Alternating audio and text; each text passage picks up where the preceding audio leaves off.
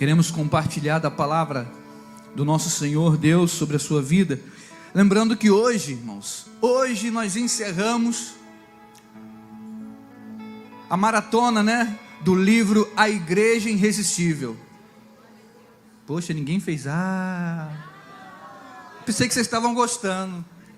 Será que eu ministro então? Acho que eu não vou nem ministrar a última característica da igreja. Será que eu posso pregar? Vocês não estavam gostando não, irmãos? Desde janeiro a gente está ministrando sobre a igreja. A gente pegou um livro, nosso pastor presidente, apóstolo Vando, nos orientou a todos os pastores da igreja Comunhão Rara. Então, todo primeiro domingo, todas as igrejas, os pastores em São Paulo, estão pregando também nas Comunhão Rara sobre a igreja irresistível. E nós estamos desde janeiro, a cada mês, nós temos um tópico, nós temos um tema para pregar. E hoje não foi diferente. Então nós estamos encerrando essa maratona de ensinamento e aprendizado através da leitura desse livro do Wayne Cordeiro, Falei certo, Miquel? É americano o nome dele, Wayne Cordeiro, isso.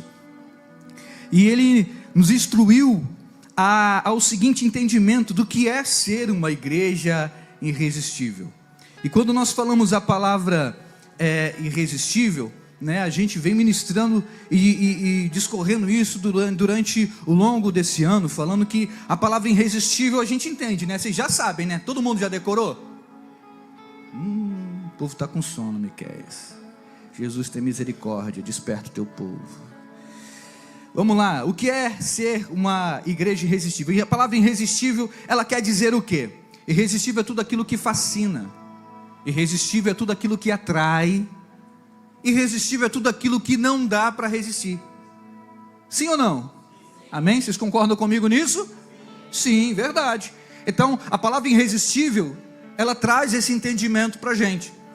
E daí, o que a gente quer dizer em ser uma igreja irresistível? Nós queremos, com essa palavra, trazer o seguinte entendimento: que nós somos capazes, nós estamos aprendendo a ser capazes de nos tornar tão irresistível ao Papai do Céu, e Ele não aguentar mais em olhar a nossa vontade de querer vencer, a nossa vontade em querer evoluir, o nosso empenho em querer permanecer, o nosso empenho em amar e proceder com os seus ensinamentos, que Ele não vai resistir. Então o entendimento de ser uma igreja irresistível é aquela que ela entende a palavra do Senhor, ouve a voz do seu Deus, e ela começa a trabalhar em si mesmo, para se tornar irresistível a esse noivo. E ele vem com o seu grande amor e poder e graça e glória, e nos tomar para si. Amém, queridos? E através disso, como é que a gente se torna irresistível? Através da nossa vida e dos nossos feitos diante desse Deus Todo-Poderoso. Amém, queridos? Então, uma 12ª característica da igreja irresistível é aquela que Deus ama abençoar, é a que tem um plano. Então nós finalizamos nesse mês. A 12ª característica da igreja irresistível é aquela que tem um plano. Você tem um plano de vida aí? A igreja tem um plano. A Comunhão Rara aqui tem um plano. Você na sua vida pessoal, na sua vida secular, você também traça os seus planos. Amém? Tem plano ou não tem? Deus ama aqueles que têm um plano. Então nós vamos entender que a igreja irresistível é aquela que tem um plano. E esse tipo de igreja busca o que? A orientação de Deus, com seriedade, e desempenha o que? Ela começa a desempenhar, ela desenha na verdade uma planta, ela começa a desenhar uma planta para si, e a partir dessa orientação ela segue com ousadia para implantar esse plano. Ela segue com ousadia para implantar esse plano. O autor do livro, Wayne Cordeiro, ele fala no discorrer dessa dessa leitura, ele fala sobre construção. E eu quero abrir o entendimento e começar nessa manhã discorrendo com você o seguinte. Eu me lembro muito bem quando eu comecei a construir a minha casa. Eu cheguei olhei o terreno, era acidentado, e eu falei, tem que aterrar primeiro ou tem que cavar o buraco primeiro? O que eu tenho que fazer?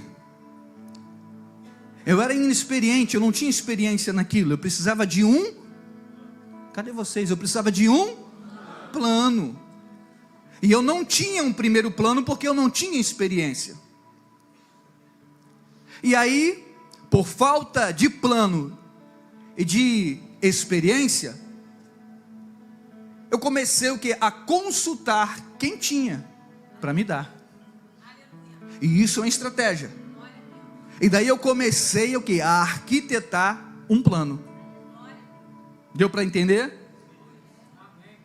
Ficou um pouco mais familiar para você no entendimento? Você conseguiu enxergar alguma situação na sua vida em que você também teve que planejar para viver? Amém? Então vamos lá. Então, quando eu tive esse entendimento, e lembrando do que o autor fala da construção, você tendo um plano de construção, você não vai fazer uma obra desordenada. Você não vai sair lá cavando o alicerce, cava um buraco, você está cavando um buraco aqui, daqui a pouco vem um outro, tem que aterrar aqui, peraí, joga um carrinho de entulho em cima de onde você cavou o buraco. Não, mas era o buraco do alicerce. E o outro, não sabia, já joguei. E daqui a pouco você está fazendo uma coisa, o outro vem fazendo outra, a equipe está desordenada, está uma bagunça. Então, quando a gente não tem um plano, a gente pode ter até força de vontade, desejo de fazer o certo, a intenção de fazer o bem, mas se não tiver um plano, uma planta, um mapa, alguma coisa para dar um direcionamento, o negócio fica meio tumultuado, não é assim? É assim aqui com a gente para fazer um culto. Os obreiros que trabalham aqui comigo sabem, a gente tem que ser o primeiro a chegar. Para abrir o quê? Primeiro se abre a porta, acende-se a luz, aí começa a dar uma olhadinha para ver o que está bagunçado. Às vezes tem um copinho de água que deixou caindo na cadeira e molhou. Como é que vai deixar aquela cadeira molhada para o irmão vir ajoelhar ou se assentar sobre ela? Não tem como. Aí já começa a limpar, vai dar uma olhada no banheiro. Tem que começar o quê? Tem um plano de preparo para culto. Depois que a gente começa a olhar tudo, os obreiros começam a ver se está tudo direitinho, a gente já liga o ar-condicionado, começa a climatizar, começa a ver uma coisinha, passa uma vassourinha na frente da igreja, olha se o secretário está lá direitinho, se está tudo bonitinho, e a gente começa a preparar. Depois que viu que está tudo preparado, começa o quê? O preparo de oração. Agora vamos começar a consagrar o ambiente, a oficina de oração, os obreiros já ficam em prontidão, o pessoal da mídia preparou a TV para colocar, o tema já está aqui, olha aí que bonito, aí já está ali o tema, está tudo bonitinho, e o pessoal já está filmando, e aquela coisa, é plano, é preparo. Se não tivesse isso, você chega na igreja todo esbaforido, descabelado, e chega, não tem um plano, senta, aí tem um pastor pregando, blá, blá, blá. Você pega um negócio meio tumultuado, meio bagunçado, você não sabe que hora que começou a palavra, que hora que teve a oração, se vai ter apelo, se não vai ter, o negócio fica meio doido. Então o plano é necessário para trazer ordem. E eu lembrei da bandeira do Brasil, ordem e progresso. Olha o que isso tem a ver, gente. Amém. Né? A ordem vai trazer o progresso. Se não tiver ordem na casa, não tem progresso. Então tem que ter a ordem para o planejamento. Então a gente começa a organizar, e você vê, na igreja acontece assim, dentro de casa acontece assim, no trabalho secular, na nossa vida, tudo é assim. Eu nunca vi minha esposa fazer o cabelo primeiro para depois tomar banho. Primeiro ela toma banho, e depois faz o cabelo, faz a maquiagem. Entendimento de processo, planejamento, o que vem primeiro, como se fazer. Vocês estão pegando isso aqui? Isso tem tudo a ver com a mensagem, com o plano, com direcionamento. Por que a gente está falando isso antes de ler um texto bíblico, alguma coisa? Porque precisa ter um entendimento que Deus tem um plano que já deu a você. Você já sabe do plano de Deus na sua vida, mas um negócio que não está ativado, está desativado. Por isso que a palavra do Senhor vem para mim e para você nessa manhã. Ei, é hora de reativar o plano do Senhor na sua vida. E entender que você foi chamado para viver com uma direção. Existe um direcionamento para a igreja de Cristo, para a noiva de Cristo. Nós temos um direcionamento, mas a gente esquece o plano de partida. As coisas vão de mal a pior, e a gente vai como um carro desgovernado. Então precisamos entender que esse plano de vida, esse entendimento é necessário para que a gente possa progredir, crescer e evoluir na presença do nosso Senhor e Salvador Jesus Cristo. Por não ter um plano, por não entender o que é o plano de Deus na nossa vida, é o maridão, é? Oh, glória a Deus, eu estava ansioso para te conhecer. Você é bonito pessoalmente, hein? Glória a Deus, depois quero dar um abraço nesse negão aí. Oh, glória a Deus, prazer te receber aqui hoje, viu? Glória a Deus. Irmão, se a gente não tiver um plano, a nossa vida fica bagunçada, desorientada. Presbítero Fábio, para casar com a Cris, ele teve que fazer um plano. Não teve um plano? Se não tivesse um plano, ia rolar o casamento? Até porque as mulheres são muito detalhistas, elas têm detalhes que você precisa atingir a meta para conseguir o coração, né? Ela foi muito difícil, não? Eita, meu Deus, não queria estar nada. Ai, meu Deus. Plano é necessário para a nossa vida, para que a gente possa evoluir. Sim ou não, igreja? Sim. Pois bem, é por isso que vale lembrar e ressaltar que em nossos cultos, em nossa reunião, o Senhor tem nos inspirado a seguir em seus planos.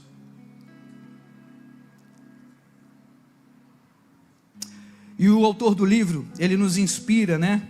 E nós aprendemos com ele que nós devemos entender e planejar, que fazer planos não é errado. Planejar é recomendado biblicamente. Planejar é recomendado biblicamente, que eu quero que você abra comigo em Provérbios 16, do verso 9.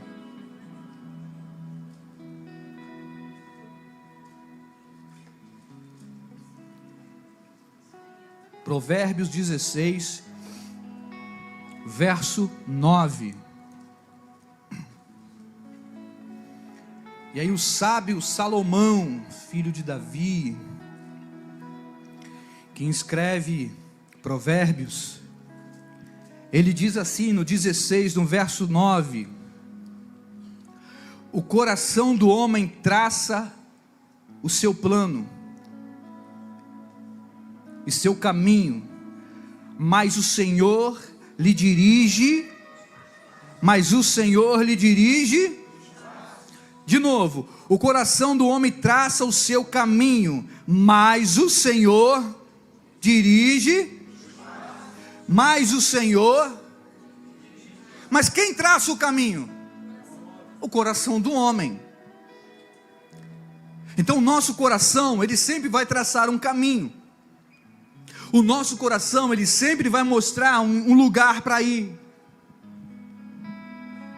Porque tudo aos nossos olhos carnais, a gente olha e vê, não, isso aí vai ser bom para mim, eu tenho esse caminho para ir. Eu quero cumprir com isso aqui, eu quero viver isso aqui, aos nossos olhos é bom. Mas se você estiver em Deus, Ele vai guiar os seus passos.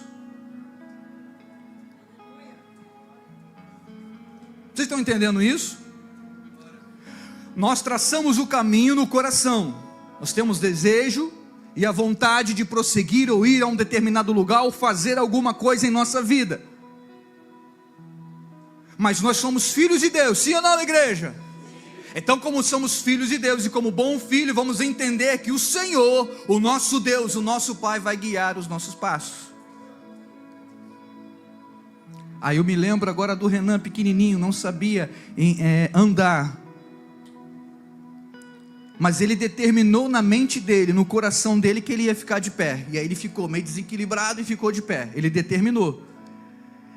E aí meio desequilibrado, ficou de pé, ele determinou que ele ia dar os primeiros passos. E o pai estava olhando. E aí ele deu o primeiro passo, meio cambaleando, caiu. Tinha a fraldinha para amortecer lá, né? O tombo. Levantou, tentou de novo, não desistiu. E o pai está olhando. Esse é o caminho. Esse é o caminho. vai. Ele colocou no coração, eu quero andar. E o pai tá, vai. Esse é o caminho. É um caminho do esforço, da vontade, do entendimento, legal. Agora, quando ele já aprendeu a andar e já estava se achando dono de si mesmo, ele, depois de algum tempo, ele já achou que sabia de tudo. Aí tinha uma toalha bonita com um jarro que era de porcelana em cima da mesa. Aí ele cismou que podia se escorar naquela toalha e puxar, ia quebrar tudo. Aí o pai falou, opa, é esse caminho não. Aí o pai falou, não, Renan, não. Porque no coração dele era o caminho, a vontade dele era boa, de puxar a toalha e deixar derramar tudo. Mas o pai direciona, dizendo, não, porque esse caminho não.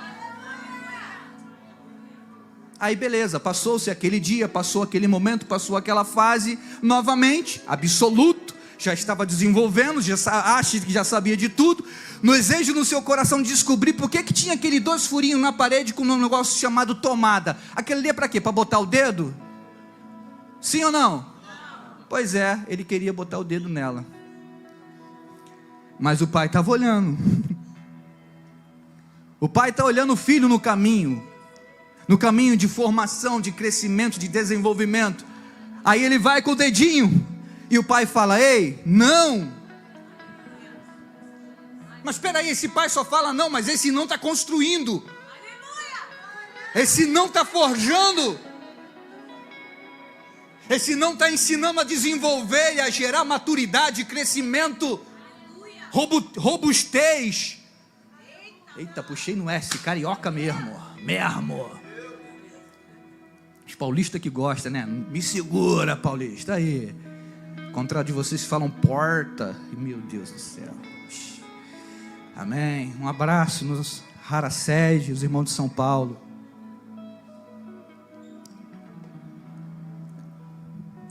O crescimento, o desenvolvimento numa caminhada,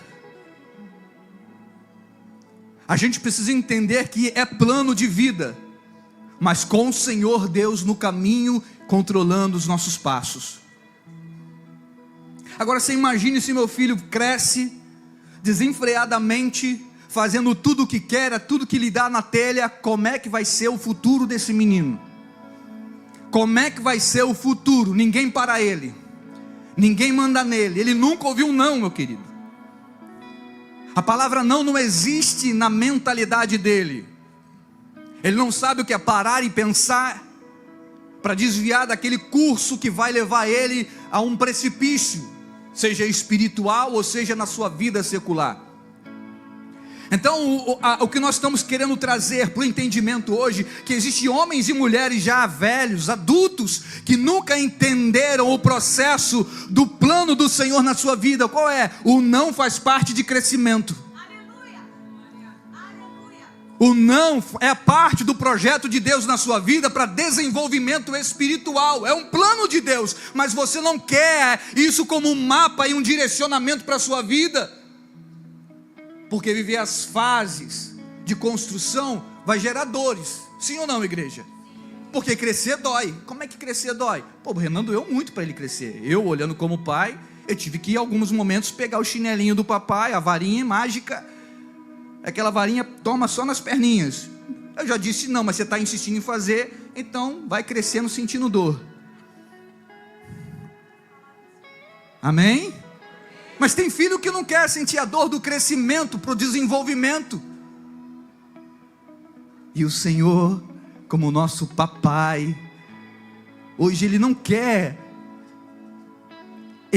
ferir você com vara, mas Ele quer tocar em seu entendimento, para que você tenha desenvolvimento, e você cresça espiritualmente, e desfrute de um plano perfeito, chamado plano de salvação. Jesus é o plano perfeito. Ele disse, eu sou o caminho, a verdade e a vida, ninguém vem ao Pai senão por mim. Não tem outro caminho, não tem outro projeto, não tem outra coisa, esse é o caminho. Então nós lemos aqui no texto, o coração do homem traça seu caminho, mas o Senhor lhe dirige os passos. Muito bem. que a gente entende. É necessário fazermos planos, sim, mas que para termos o sucesso desse plano, precisamos que o Senhor esteja nele.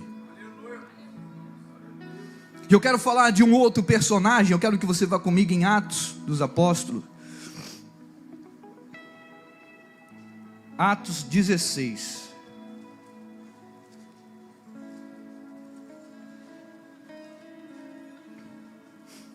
Atos 16, do verso 6.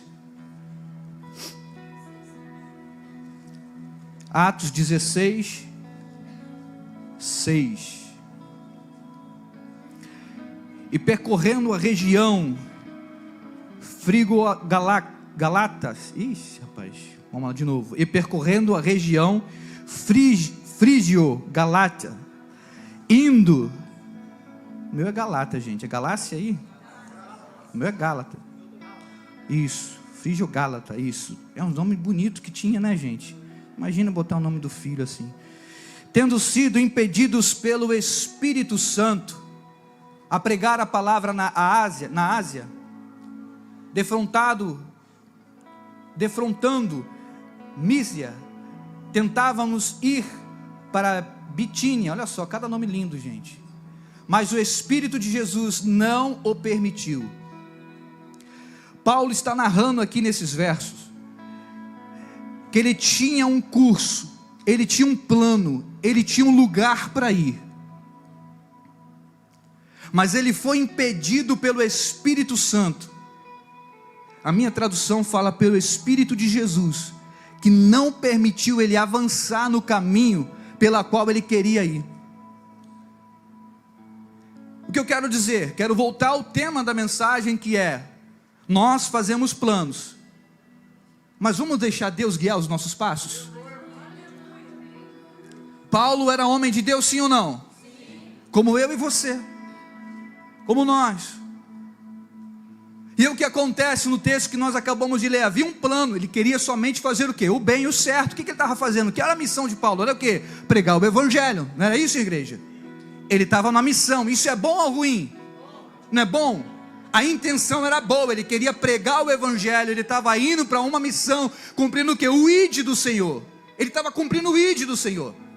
Ide por todo mundo, pregar o evangelho a toda criatura, quem crer e for batizado será salvo. Não estava fazendo isso? Não estava bonitinho? Sim ou não? Sim ou não, igreja?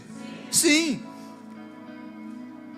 Mas ele foi impedido pelo Espírito Santo a fazer aquilo que era bonitinho para ele, porque aos olhos dele esse caminho era bom, mas para o Senhor não. O Senhor tinha um outro plano superior, algo algo maior, um curso de vida que Paulo não estava vendo. Pode ser bom o seu plano, pode ser bom o seu projeto, mas se Deus não estiver nele, vai falir, vai dar errado. Você pode se machucar, pode se ferir. Agora, se você der ouvidos à palavra do Senhor e entender que o plano de Deus é sempre bom para a sua vida, você vai entender o caminho do Senhor. Então o que nós queremos passar aqui, Paulo entendeu, foi sensível à voz do Espírito do Senhor, e ele ouviu, e ele não foi. Bom, se Deus me impediu a pregar na Ásia, eu não vou. Não, peraí, eu não vou.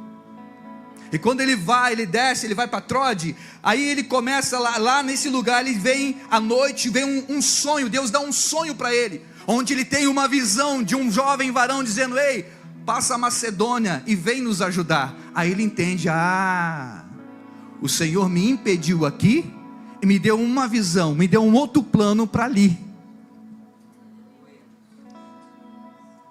Você imagina se Paulo fica ali murmurando, igual a gente tem costume de fazer com Deus?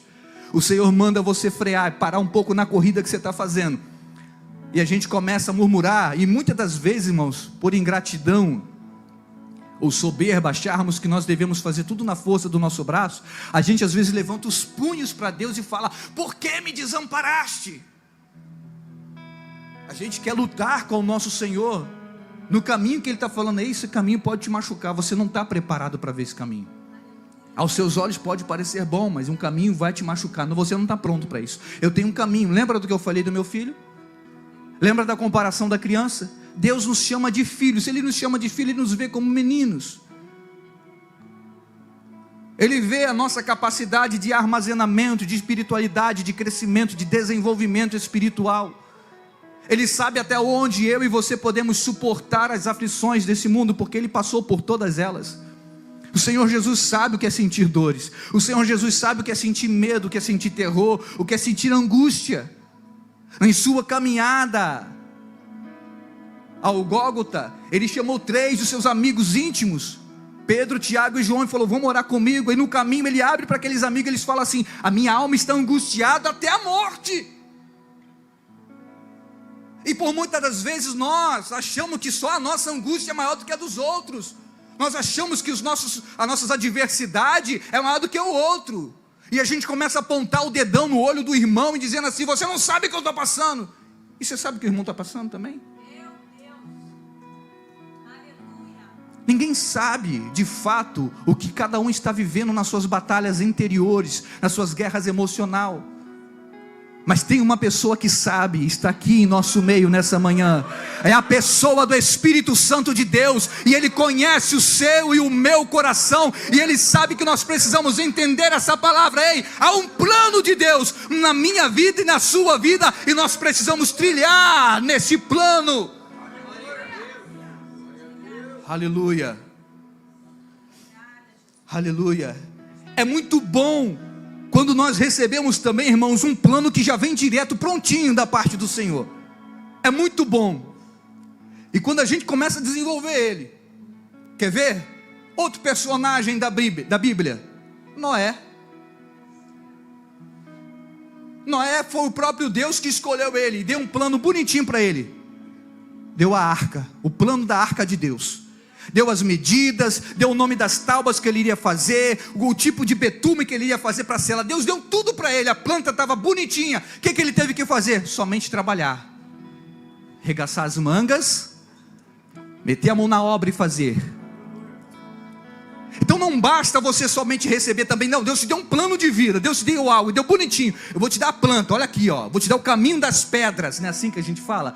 Deus dá o caminho das pedras, aí você não faz, desiste. Ah, mas é perigoso.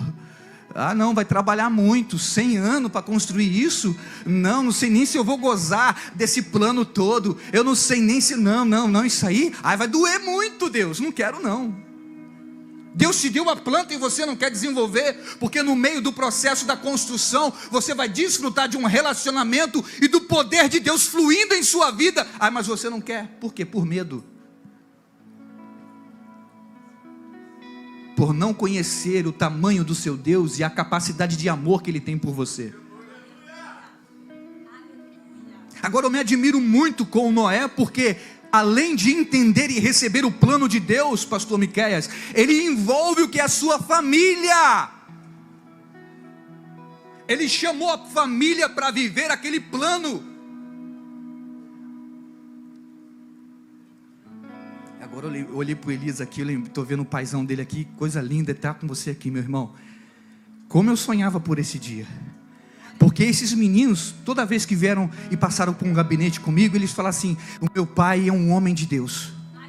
Eu tenho orgulho do meu pai.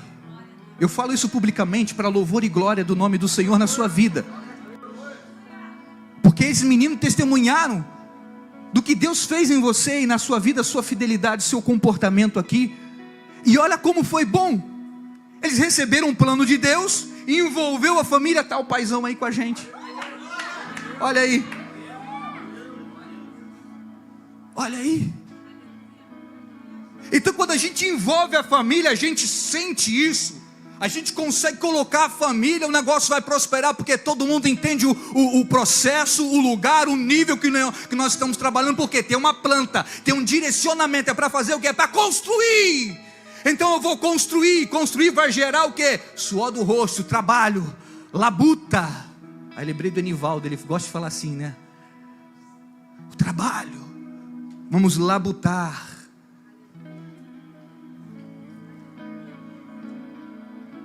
Mas parece que trabalho hoje é uma palavra complicada para se dizer nessa geração, né? Eu acho que aqui não tem isso não. Mas tem um grupo aí que não gosta do trabalho não. Eu vou pegar, o dia que eu chegar no céu, eu vou pegar quem inventou o trabalho. Coitado, não sabe o que está falando, vai ter que se ver com Deus. Deus inventou o trabalho. Ele que falou para Adão, agora você vai produzir sobre a terra. Você vai trabalhar nela. Deus deu trabalho para o homem, dá um nome aos animais, aí cuida. Então o trabalho foi criado por Deus. Meu Pai eterno, você pode glorificar o Senhor por essa palavra? Então quando nós olhamos para o personagem chamado Noé, e entendemos que ele recebeu do Senhor uma planta, de uma construção, de algo que estava por vir, ele começou fielmente a trabalhar e a construir o maior cargueiro da humanidade. E aí Noé não era engenheiro,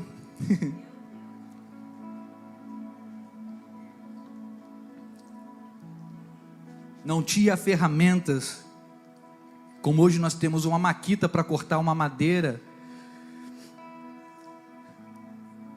era tudo no braço, por isso que levou anos para se moldar as tábuas, as peças, para fazer a montagem. Teve que usar animais para poder fazer recursos de apoio. Todo o preparo de fazer primeiro o esqueleto, montar tudo de uma forma organizada, porque Deus deu detalhes para Noé, para a montagem da arca.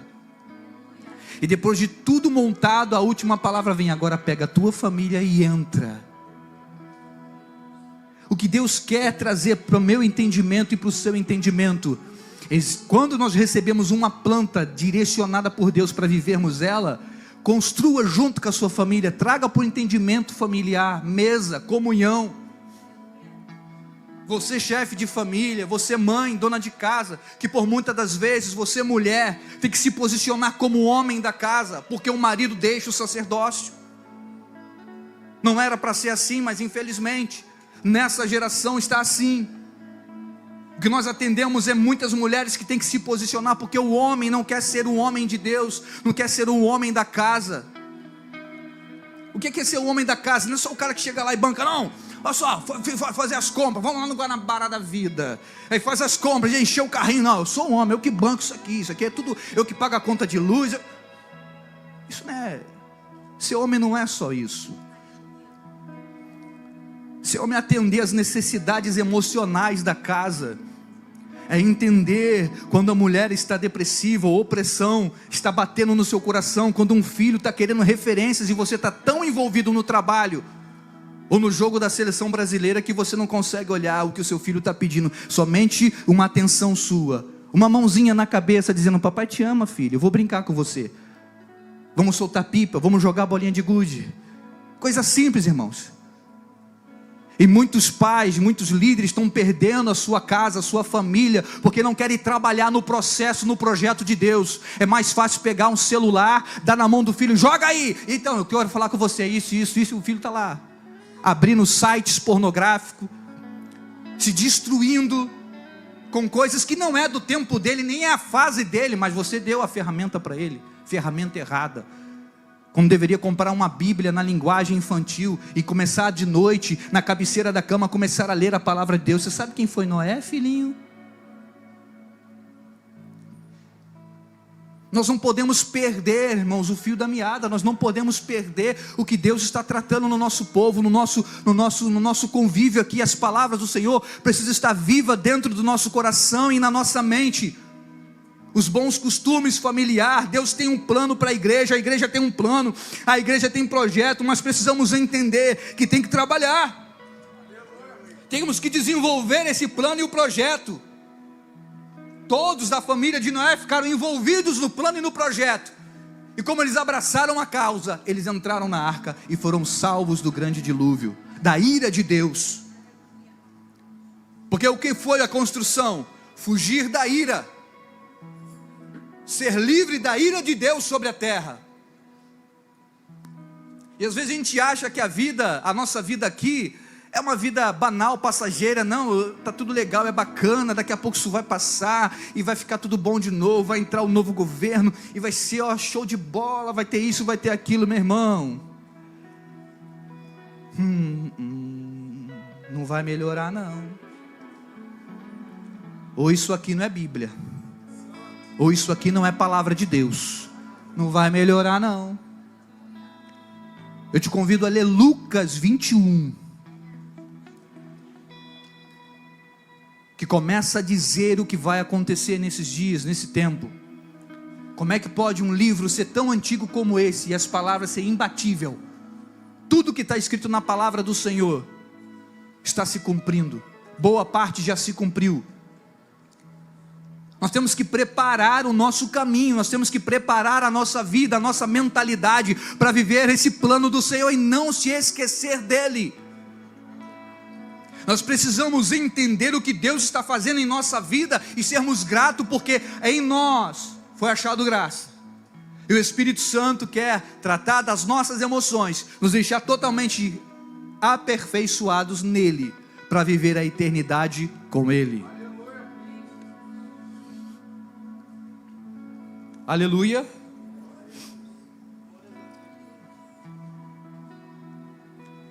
Eu me lembro dos planos, falando de planos, eu anotei aqui para não esquecer. E eu me lembro do plano que eu fiz quando eu me casei.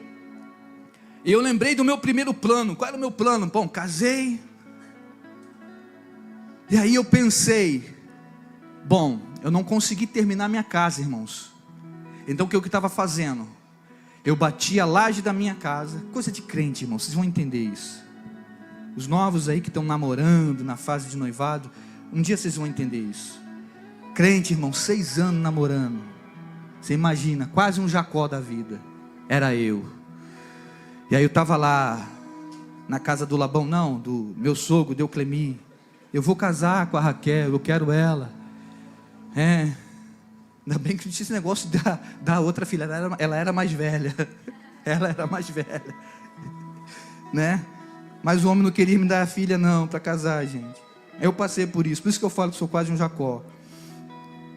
E aí, irmãos, eu me lembro que batemos a laje da nossa casa, as escolas estavam lá, eu tinha que esperar o quê? 90 dias. Não é isso? Cadê o Fabinho? Não é assim, Fabinho? Não é 90 dias que tem que esperar para secar a laje, para... Não é isso? Então, 90 dias eu tive que esperar. Eu falei, são 3 meses, então beleza. Aí o que eu pensei? Vou dar esse tempinho lá na casa da minha mãe. A gente mora lá e depois a gente vai para nossa casa. Eu ia para casa só com a laje batida no tijolo e o chão grosso. Eu ia falar em línguas com a Raquel a noite toda no quartinho de tijolo. Eita, glória a Deus. Era o sonho do crente. 6 anos na prova, irmão, só estalinho e segurando o dedinho, não podia mais nada. E glória a Deus por isso. Isso é princípio, valores. Hoje não tem mais isso não. A molecada quer fazer o test drive primeiro para saber se depois vai ficar com a fruta. Aí só que já era, meu irmão, já fez aliança, agora segura, a bagaceira é toda tua. Segura. Depois que faz aliança, fica difícil desfazer, irmãos. E por isso tem muita gente aí tão aliançada, que viver uma prática sexual fora do casamento é fazer aliança com o outro. Para quem não sabe, eu ministro isso dentro de gabinete. Quem já passou por alinhamento de casal aqui, já ouviu falar sobre isso? Isso é aliança. E aí fica preso. Por isso que você vê aí muita gente, que é o tal do, é de todo mundo, mas não é de ninguém. É aquela menina que é de todo mundo, simpática, bonita, agradável, mas não é de ninguém. Não vai casar, porque está presa com tantas alianças, é maldição. Então os bons costumes, os preceitos, vai fazer você entender. Eu lembrando, deixa eu voltar para o meu testemunho de vida, que é bom falar da palavra, mas você tem que ter testemunho, não é assim, irmãos? E no culto da família eu faço questão de fazer isso, irmãos, porque a nossa vida tem que ser como livro aberto, carta lida. Temos que ser transparente, temos que ser verdadeiro e autêntico, não é assim, irmãos? Então nós estamos vivendo para isso. Então, meus queridos, eu lembrando do meu início de carreira, meu casamento, eu pensei, bom, até secar as escoras da laje, depois eu pego aquilo lá, a gente arruma lá e eu vou partir para dentro. Eu já tinha uma cama de casal, já tinha um fogão, a geladeira a gente ainda ia comprar, não é isso? Mas eu já tinha a cama, que era o principal, irmão. Você está pegando o mistério aí? E o fogão? Amém? A água bebe da bica mesmo, não estava nem. Eu queria era casar, irmãos. 6 anos na prova. Aí conversei com a Raquel, eu já tinha o meu plano já estava traçado na minha mente, meu objetivo era esse, e não tinha muito o que fazer, porque era o recurso que eu tinha na época. Aí Deus usou a minha cunhada Sônia, está lá na cantina abençoada do Senhor, a esposa do Dilson. Dá um glória a Deus pela vida da Sônia, irmã. Aleluia, Sônia, Deus abençoe. A esposa do meu irmão Dilson, que está em viagem, está assistindo a gente online. Irmão, um beijo no coração, Dilson. Ele está aí na estrada Rio-São Paulo, é caminhoneiro, irmãos. Que Deus abençoe nossos caminhoneiros do Brasil. E a Sônia ficou sabendo que eu ia morar na casa da minha mãe por 3 meses. Ela chegou, chamou a Raquel, falou assim: ó, filha, eu morei já com a sogra. Não é legal não, que ela tem o costume dela, as coisas dela, ela é bacana, mas tem um jeitinho dela. Mamãe era nordestina, né? Sabe como é que é arretado, ou vai ou racha, né? Glória a Deus pela vida dos nordestinos que tem aqui, né? Pessoal do Nordeste, cadê os irmãos?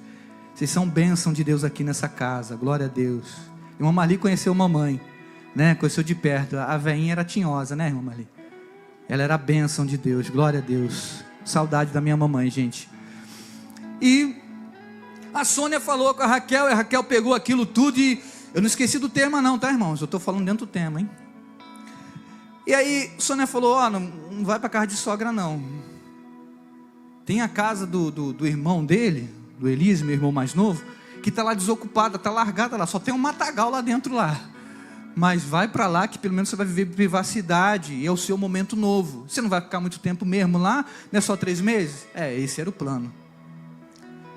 E foi bendita a hora que a gente ouviu esse plano.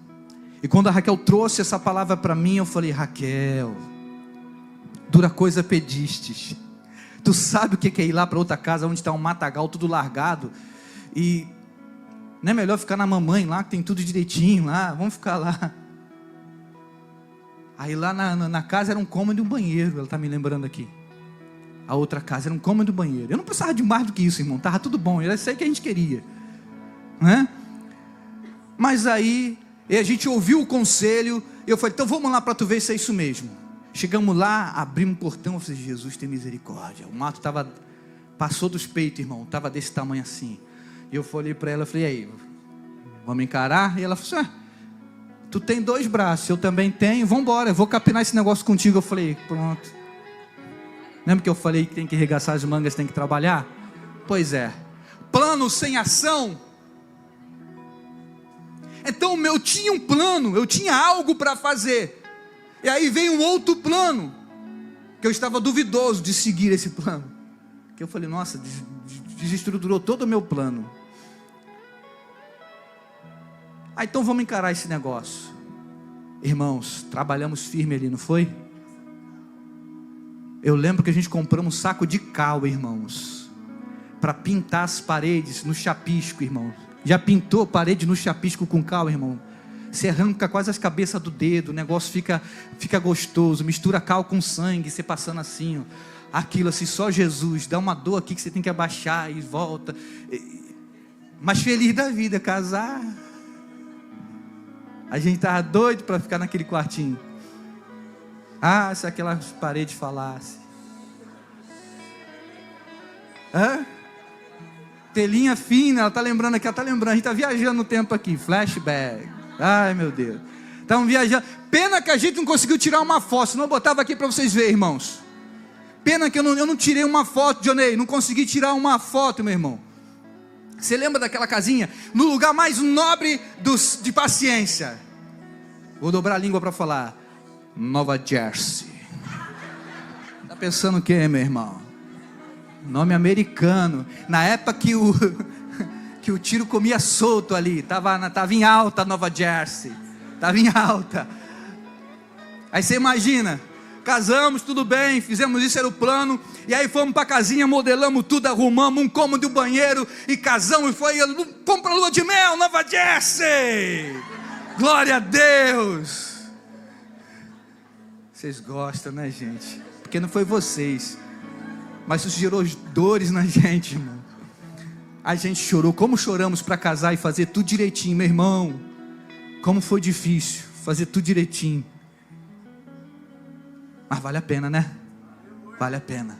Hoje eu desfruto de 20 anos de casado.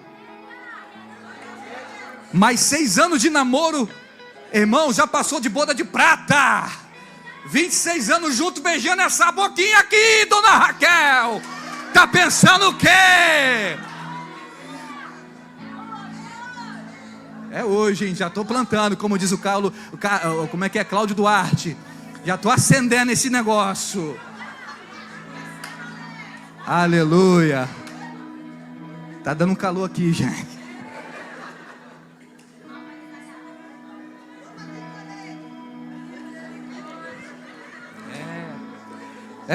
Jesus. Deus está falando, né, irmãos? Vocês estão pegando o entendimento aqui, irmãos? Pega essa palavra. Casamos, irmãos. Foi a melhor coisa que fizemos. Nos conhecemos. Vivemos um momento de intimidade. Em um cômodo e um banheiro. Aquilo se tornou um palácio para nossas vidas. Desfrutamos de um momento em Deus. Orávamos ao Senhor no meio daquele fogo cruzado, irmão. O que é isso? É fogos, minha filha. A telha fina, irmãos, tacasse uma pedra, vazava. Eu falei, meu Deus, tem misericórdia. Se o pai dela era enjoado, eu morando lá, perto da praça, imagine aqui na favela, meu Deus. Aí eu falei, meu Deus, tem misericórdia, deixa nada acontecer com essa menina não. Irmão, eu saía de madrugada para trabalhar, e tinha um medo de deixar ela nova de casado, novinha, a gente casado, deixar ela lá, irmãos. A preocupação. E quando de cada noite que eu chegava em casa, eu falava, Senhor, muito obrigado. Foram 3 meses, irmãos, passando pelo processo, mas construindo, porque eu tinha um mapa, eu tinha um plano que eu recebi do Senhor. O primeiro plano foi meu, e não deu certo. Eu entendi o segundo plano, e eu dei razão ao segundo plano, eu dei sentido e voz àquele segundo plano. O segundo plano teve que fazer eu trabalhar, eu desenvolver, João, tive que desenvolver. Eu tive que usar a inteligência para transformar aquele lugar, pela renovação da minha mente. E é isso que a palavra de Deus nos ensina. O ambiente pode ser hostil, o ambiente pode ser ruim, mas se você tiver uma mente renovada, tratada no Senhor, o ambiente pode mudar, irmãos. Aquele lugar que era um cenário de guerra, era um cenário ruim, virou um lugar bonito, um lugar bom, um lugar habitável. A gente estava cheio de amor naquele momento, a gente estava cheio de graça, a gente estava no Senhor, fizemos um processo direitinho, pagamos o preço que tinha que pagar para casarmos diante do Senhor, na igreja, cumprindo conforme diz as Sagradas Escrituras. Foi fácil? Pergunte para mim, foi fácil? Não. Me gerou dores também nela. Irmão, vocês viram a foto do meu casamento, o dia que vocês quiserem, vocês vão lá em casa, vocês vão rir, irmãos, porque a gente trabalhou tanto até no dia do casamento, que chegou na hora das fotos, eu já estava com o olho caído assim, ó, já estava assim meio murcho, já falei, meu Deus, não acaba esse negócio não, eu quero ir para o quartinho, meu Deus. Então foi duro, foi difícil, mas a gente desenvolveu, irmão, nós crescemos. E aqui eu quero agora lembrar com você o que diz a palavra. Agora vamos lá em Provérbios, volta lá comigo em Provérbios, no capítulo 15 do verso 22, Provérbios do capítulo 15 do verso 22, e eu quero falar a respeito do conselho.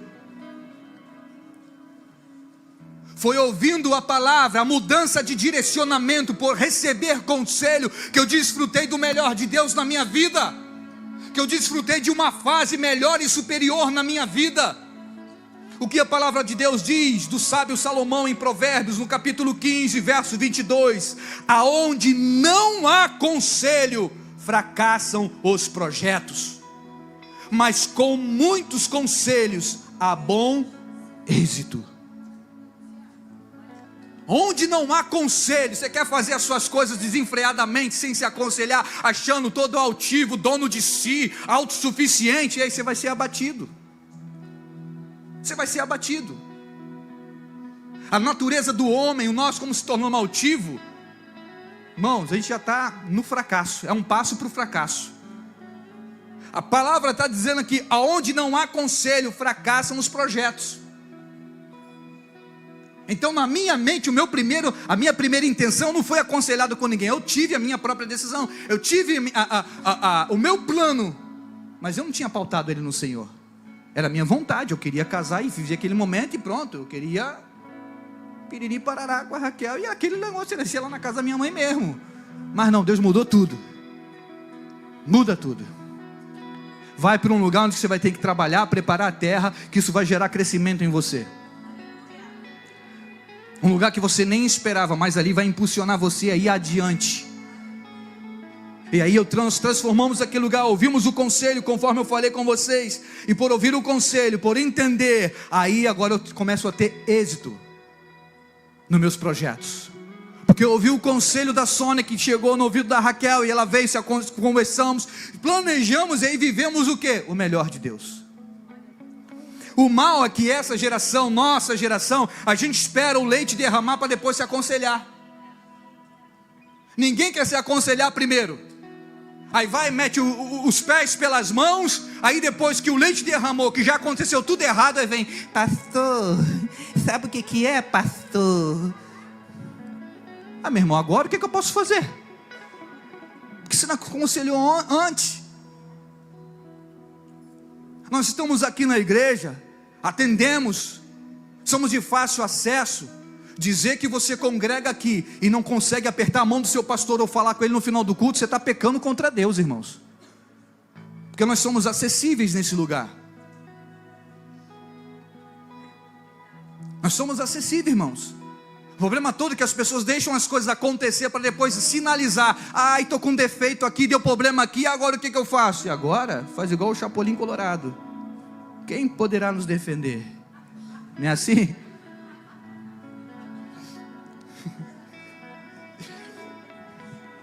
E agora? E agora? Mas deixou eu derramar tudo.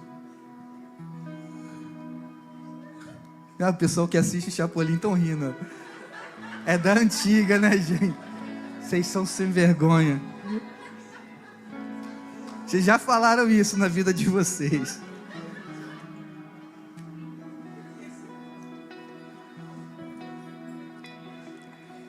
Oh, Senhor Jesus. Mas não é verdade, irmãos? É verdade. Depois que o leite é derramado, as pessoas querem que alguém vai lá dar uma atenção para ela, dar uma provisão para ela. E agora, faz aí, o que eu devo fazer? Meu filho, se você tivesse me falado antes, eu te mostrava o caminho das pedras. Eu ia te orientar: freia aí, segura, vai dar ruim. O que o Senhor está trazendo com essa mensagem para mim e para você é um tempo de despertamento, que tem um plano na sua vida. Tem um plano. Elabore o seu plano de vida, o seu curso de vida, e coloque, apresente a Deus: Senhor, é a tua vontade, é o teu desejo, é o teu desígnio, eu quero viver, eu quero fazer dessa forma.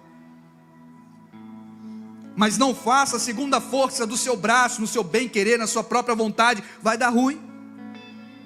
Vai dar ruim. Ainda em Provérbios, no 16, capítulo 16, o coração do homem pode fazer planos, mas a resposta certa dos lábios vem do Senhor. Todos os caminhos do homem são puros aos seus olhos, mas o Senhor pesa o espírito. Olha o que o sábio está dizendo aqui mais uma vez: o coração do homem pode fazer planos, mas a resposta certa dos lábios vem do Senhor. O nosso coração, o texto está ensinando a gente que o nosso coração, ele pode fazer planos. Seu coração pode fazer planos, você deve fazer planos. Porém, o que os lábios do Senhor está dizendo para você? O que a voz do Senhor está dizendo para você? Ele está contigo nesse negócio? Você tem confirmação de Deus nesse negócio?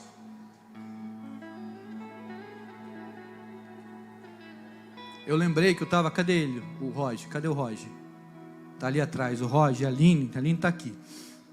Eu me lembro que a gente estava conversando lá na tua casa aquele dia, e eu citei isso, não foi? Eu falei, Roger, a gente tem que tudo pedir confirmação ao Senhor. E eu falei, sabe qual é o nosso mal? A gente tem que ser igual o Gideão. O anjo apareceu para Gideão malhando o trigo no lagar. Falou assim, homem valente, o Senhor é contigo. Gideão, vamos dizer que ele fosse o crente de hoje, se arrepiou todo. Senhor, és tu que estás comigo? Aí, não, se é tu mesmo, deixa eu trazer uma oferta e queimar. E o anjo, tá bom, vou ficar aqui esperando. Vai lá, trouxe a oferta, queimou, e ele ofereceu diante do anjo. O anjo queimou aquela oferta, comprovando, mostrando na realidade diante dos seus olhos que era realmente o anjo do Senhor e que estava com ele, estava aprovando ele. E o anjo tinha uma palavra o quê? De envio a Gideão. Vá e livra o meu povo. Vá e trabalhe em prol do meu povo. Salva o meu povo. Tinha uma palavra de envio. O que Gideão fez? Mais à frente, se você discorrer o texto, ele faz prova de novo. Mas o Senhor é comigo mesmo. Aí pegou a lã. Então que chova aqui em volta e a lã fica seca. Aí aconteceu. No outro dia, mas o Senhor é comigo mesmo. Agora eu quero ela molhada e tudo seco em volta. Ele fez por 4 vezes prova do Senhor. Diferente de nós nessa geração, que queremos um plano de Deus, ou queremos algo sobre a nossa vida, e não queremos viver essa intimidade de pedir a Deus, Senhor, prova que estás comigo.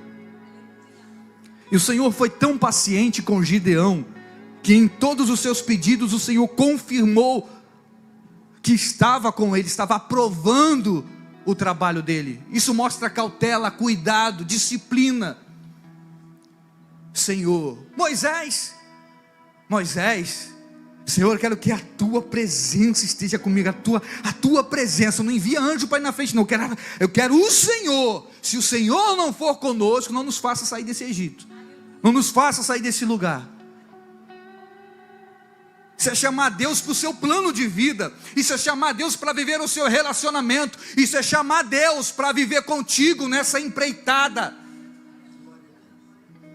E a gente não quer chamar Deus, a gente não quer viver o relacionamento com Ele, a gente nem faz prova. Aí eu volto a dizer, aí deixo o leite derramar, para depois falar, mas alguém me acode aqui, alguém faz por mim. Não, meu irmão, agora vai ficar difícil. A gente até vai ajudar, mas não tem muito o que se fazer. Já perdeu aquele leite, já derramou. Agora a gente vai ajudar, mas sobre aquela situação, já foi, já aconteceu. Agora vamos colher daquilo. É isso, irmãos. Amém, igreja? Amém. Então, o que o sábio fala é que o coração do homem pode fazer planos, mas a resposta certa dos lábios vem do Senhor. Todos os caminhos do homem são puros aos seus olhos. Então todos os caminhos, tudo que a gente olha e traça como caminho a nossa vida, a gente acha que é puro, mas o Senhor, Ele vai pesar o seu espírito, Ele vai saber da sua resistência, Ele vai olhar o que está no seu coração. Você está com um propósito de fazer algo, Ele vai olhar se seu coração é puro. O que você está empenhado para fazer, se tem pureza, é benéfico, vai ajudar o próximo, é louvável a Deus, o Senhor pode estar contigo. Agora, se Ele está vendo que há maldade no seu coração e a corrupção está à sua volta, Ele não vai te abençoar nesse negócio.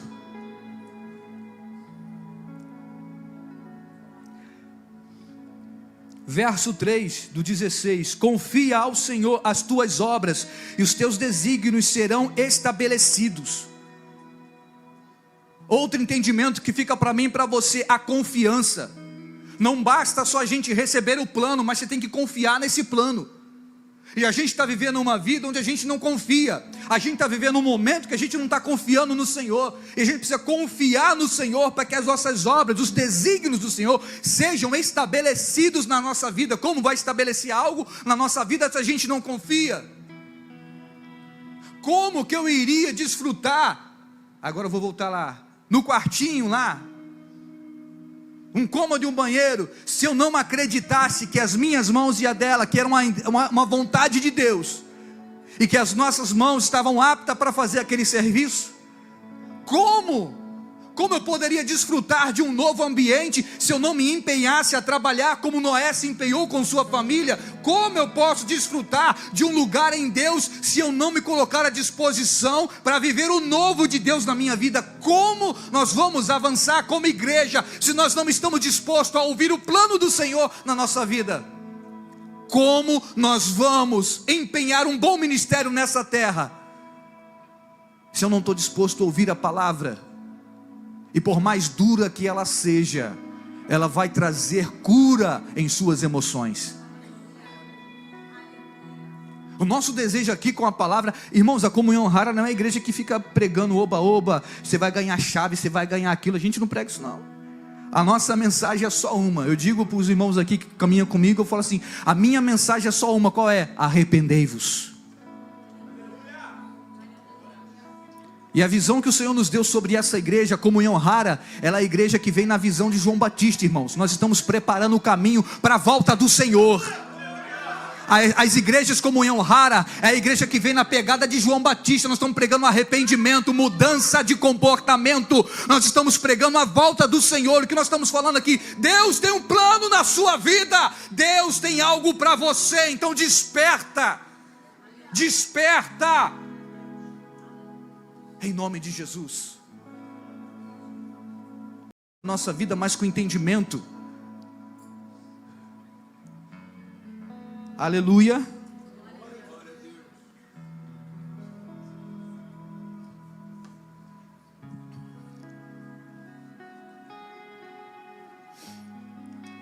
Vamos comigo. Já estou encerrando, irmãos. Vamos comigo em Tiago, capítulo 4.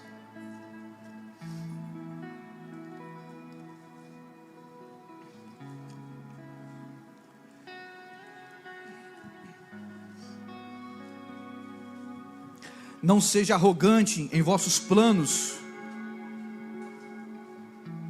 e nem orgulhosos ao achar que é mérito seu o seu sucesso. Olha o que Tiago nos ensina. Há muitas interpretações sobre esse texto. Eu quero deixar o que eu recebi do Senhor para a sua meditação nessa manhã. O texto em Tiago, capítulo 4, verso 13. Diz a palavra do Senhor: atendei agora vós que dizeis, hoje ou amanhã iremos para a cidade tal, e lá passaremos um ano, e negociaremos, e teremos lucros. Verso 14: vós não sabeis o que acontecerá amanhã. Que é a vossa vida? Sois apenas como neblina, que aparece por um instante, e logo se dissipa. Em vez disso, deveis dizer, se o Senhor quiser, não só viveremos, como também faremos isto ou aquilo. O que o texto em Tiago está nos ensinando? Ele está nos ensinando a inserir Deus em nossos planos, para que a gente seja bem sucedido. Ele está dizendo, nos ensinando que, por conta da arrogância do homem, dizendo, eu vou juntar aqui, eu vou fazer isso, aquilo, porque eu vou negociar aqui, eu vou ganhar dinheiro, isso vai ser bom para mim, vai ser os meus negócios. Coitado, você fez até planos. Pode acontecer, algum momento pode até acontecer, mas ele está dando um alerta. Você não sabe o curso da sua vida adiante. A nossa vida é como um vapor, é como uma neblina, que uma hora aparece e uma hora desaparece. Ou seja, nós temos tempo curto de vida aqui. Nós estamos aqui de passagem. Então, se nós entendermos que nós estamos aqui de passagem, e o curso da nossa vida depende da graça do Senhor e da poderosa mão dele sobre as nossas vidas, o que nós vamos fazer? Tiago está nos ensinando, em vez de falar com a sua arrogância, com a sua altivez, com a sua prepotência, eu faço, eu posso, eu consigo, diga, se o Senhor quiser, nós faremos isso. Se o Senhor quiser, nós investiremos nisso. Se o Senhor quiser, eu crescerei e vou desenvolver nisso. Não está dizendo para você parar de sonhar ou de fazer projeto. Está dizendo para mim e para você o quê? Inserir o Senhor em todos os seus projetos, em todos os seus planos. E aqui eu quero encerrar com vocês dizendo: essa igreja tem um plano. Essa igreja tem um projeto e uma visão. E agora eu pergunto, como em Anhara, qual é o projeto e o plano que Deus estabeleceu para essa igreja aqui no bairro de 7 de abril? Quem sabe? Quem lembra? Clínica da Alma, futuro hospital da alma. Sermos o que nesse lugar? Curados para curar. A gente está escrito lá fora, está escrito na placa. Então existe um plano. Qual o plano? Sermos curados para curar. Hoje nos tornamos a primeira clínica da alma no estado do Rio de Janeiro, nesse lugar. Aqui em Paciência, ao menos, que eu conheço, que eu saiba, é a Igreja Comunhão Rara. Ano que vem, 2023, nós vamos melhorar nosso atendimento. Às terças-feiras, às quintas-feiras, vamos estar tirando aqui plantão de atendimento de cura da alma. Olha aí. Não vale um glória a Deus, não, igreja? Estamos desenvolvendo para gerar o quê? Aquilo que nós falamos, aquilo que nós pregamos, desenvolver na nossa vida. Isso é um plano. Então há um plano de Deus sobre essa igreja, sobre essa casa. Qual é? Sermos curados para curar. Tratados em nossas emoções. Quer dizer que nós somos a última Coca-Cola do deserto, melhor que outras igrejas? Não é isso. Eu não estou falando sobre isso. Não é disso que se trata. Curado para curar se trata de que o Senhor Deus resolveu algo em nossa vida, dentro de alguma necessidade. Eu fui tratado, eu fui curado, eu fui ministrado, e aqui eu sou habilitado para tratar de outros. Você pegou isso? Ser curado para curar não quer dizer que você é melhor ou superior que alguém. Quer dizer que você foi tratado em uma área emocional da sua vida. Você teve um bom resultado e agora você está apto para dizer: ei amigo, você está passando por sofrimento, você está passando por desemprego, você está sofrendo por depressão e opressão. Eu já passei por isso, eu sei o que é isso. Eu tenho um caminho para você, eu tenho um remédio para você. O que você tem? Cura da alma. Vem cá, eu vou te apresentar Jesus. Isso é um curado para curar. Isso é ser um curado para curar. Não é que nós somos melhor que ninguém, não. É que nós somos tratados em determinada área da nossa vida e estamos agora aptos para transformar o ambiente pela renovação da nossa mente. Vocês estão entendendo isso? Isso é ser um curado para curar. Então essa igreja tem um plano. Aí você pergunta para mim, pastor, mas todos aqui são curados para curar? Pastor, mas todos aqui são curados para curar? Não. Queria que todos fossem, mas não. Tem gente que está iniciando o processo, tem gente que nem começou o processo, tem gente que está finalizando, mas nós temos aqui muita classe de pessoas. Agora o importante é que eles estão aqui. Eles estão aqui. Nem todos são, ainda não são. Meu desejo é que todos sejam. É que a gente tem a mania de achar que a igreja é lugar dos santos. Eu não estou vendo ninguém com auréolazinha em cima da cabeça, nem com asas. Não tem ninguém aqui assim. E nem eu. Então ninguém aqui é anjinho e tem auréolazinha de santo. Não, irmãos. A igreja é a comunidade da fé. São pessoas que estão vencendo seus terrores e temores. A cada dia nós lutamos com demônios que querem aniquilar a nossa vida. A cada dia nós se levantamos e dizemos assim: hoje o Senhor me deu mais um dia de salvação. Hoje eu posso respirar o fôlego de vida do meu Senhor, e eu vou na força do meu Senhor para vencer as adversidades desse dia. É assim que nós vivemos. A comunidade da fé, não tem ninguém santo aqui, pelo contrário, nós estamos buscando a santidade em Deus. Não é assim? Então, com esse entendimento, com esse planejamento que nós entendemos, se tornar a igreja irresistível nesse tempo, atrair a atenção do nosso Deus, através desse comportamento, dizendo assim: Senhor, eu quero esse plano na minha vida, Eu quero ouvir a tua voz, eu quero o teu plano, assim como Noé recebeu tudo pronto do Senhor. Ou se o Senhor me der para iniciar algo, mas eu quero o Senhor inserir em meus planos. Nessa manhã, o que o Espírito de Deus está trazendo para a minha vida, para a sua vida, deixe o Senhor conduzir os seus planos, e você não será frustrado. E os seus caminhos serão aplainados no Senhor, e você vai ter perfeição e retidão, e o milagre de Deus, você vai poder ver o bom de Deus acontecer em sua vida. Mas desde o momento em que você realmente quiser viver isso em Deus, porque Deus não impõe isso a ninguém, é um convite. Ele disse: aquele que quiser vir após mim, negue-se a si mesmo, tome a sua cruz e siga-me. Quem quiser. Você pode se colocar de pé nesse momento?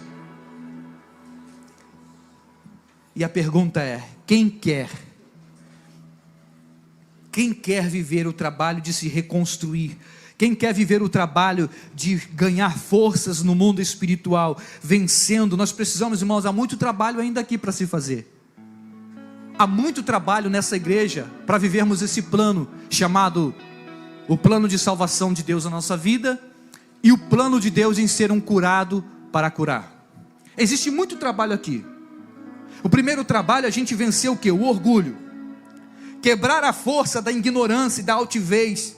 Quebrar um espírito maligno chamado indiferença. Quebrar a força de uma palavra tão maligna que destrói a vida do ser humano, que é a falta de perdão. Precisamos aprender a liberar perdão constantemente, todos os dias. Irmãos, porque por não liberar perdão, por não viver na prática de santidade, de retidão ao Senhor, o pecado vem, vai entulhando. É orgulho, é arrogância, é altivez, é indiferença, é insatisfação, e aquilo vai entulhando você, Quantos já viram uma pessoa pesada espiritualmente? Quantos já conversaram ou viram uma pessoa pesada? A pessoa se torna pesada porque o pecado, ele pesa você. Parece que ele freia você na sua caminhada. O pecado, ele pesa. E se nessa manhã você está se sentindo pesado, não é que você é pior do que ninguém que está aqui. Não. O Senhor te trouxe aqui para você ficar livre disso, desse peso que não é seu. Estão tentando impor sobre você, estão tentando colocar e fazer com que você ache que isso é seu, isso é meu. Não, eu sou assim, eu sou pavio curto, eu sou ignorante. Não pisa no meu calo, que é o roda baiana. Não, para com isso. Você não é assim, você não nasceu para ser assim. Deus não construiu você para ser desse jeito.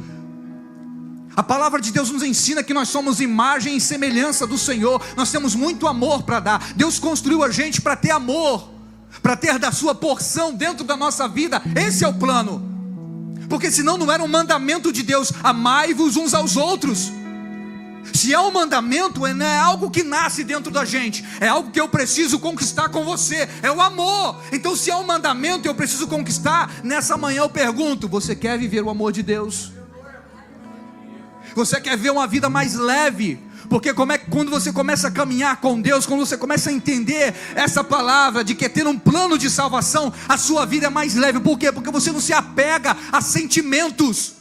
E nós nos tornamos pessoas pesadas quando nós nos apegamos a sentimentos. Eles parecem que prendem a gente, são como algemas, são como as amarras do inimigo, paralisando a nossa caminhada, paralisando o nosso ministério, paralisando um sonho, paralisando um desejo que é bom em você. Mas por conta de um orgulho, uma indiferença, uma altivez, uma ignorância, você não desfruta por conta da falta de perdão.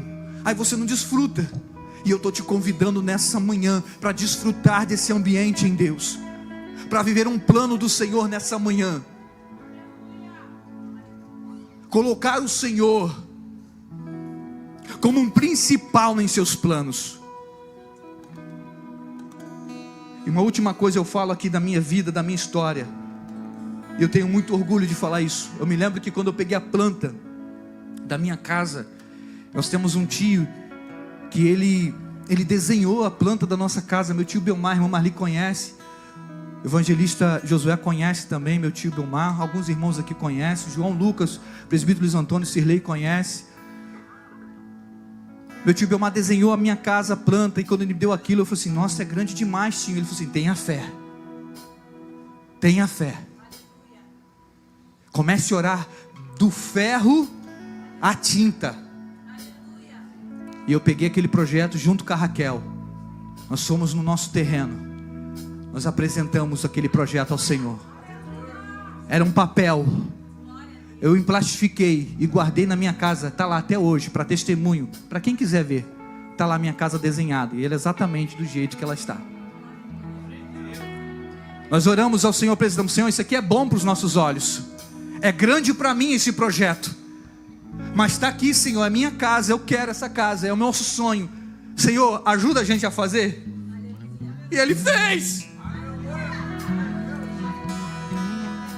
Ele fez, eu coloquei Ele como principal no meu sonho, no meu projeto. Eu te convido a fazer isso nessa manhã. Coloque o Senhor como principal no sonho, no projeto da sua vida, e tudo Ele fará.